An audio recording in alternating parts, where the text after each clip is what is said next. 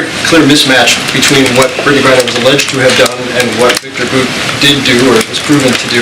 Is the administration trying to address that through other channels, ramp up pressure for Russia, against Russia because of that mismatch, or are these separate tracks entirely?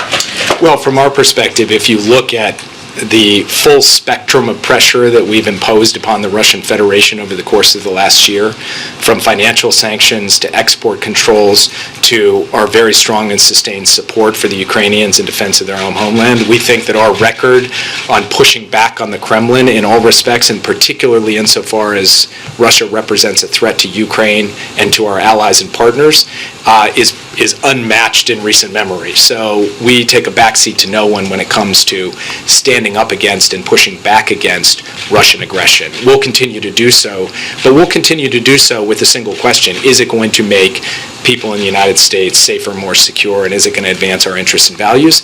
And if there's any move we can make that will do those things, we will do them. We have proven that over the course of 2022.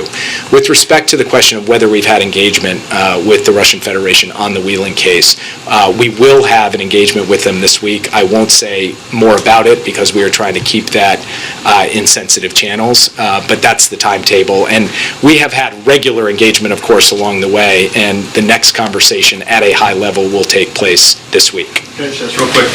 Viktor Bout has said that he wants to be involved with the Russian Federation's efforts against Ukraine. Does the administration plan to respond should he do something like that? Whether either tied to weapons or his political activities, anything like that? From our perspective, what we want to do is make sure that we are blunting any Russian effort to be able to gain advantage in Ukraine, whether it's military advantage or advantage through brutalizing and destroying civilian infrastructure.